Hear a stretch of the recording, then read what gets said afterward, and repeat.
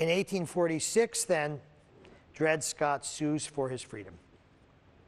His suit is based, of course, on the Somerset decision and on a huge number of decisions by the Missouri Supreme Court, all of which say the same thing, all of which say that if you bring a slave to a free jurisdiction, that slave becomes free.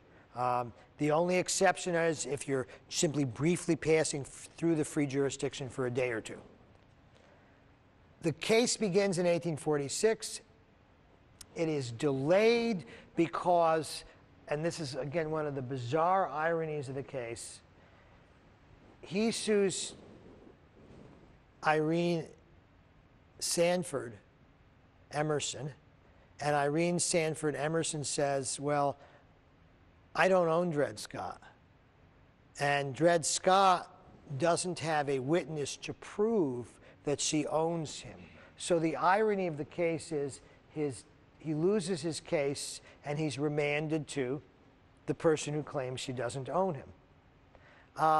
He then has to go to the Missouri Supreme Court, and the Missouri Supreme Court rules that he's entitled to a new trial.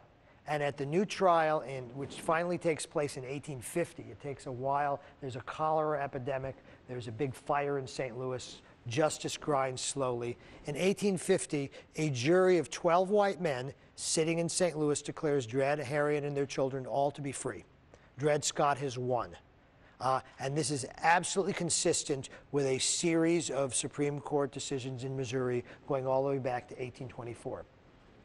The problem is, that year, there is a new constitution going into effect which has an elected Supreme Court.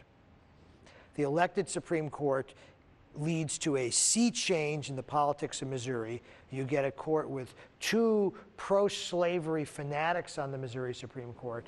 Out of the 3 justices, the other is only moderately pro-slavery. And in 1852, the Missouri Supreme Court reverses Dred Scott's freedom in Scott v. Emerson.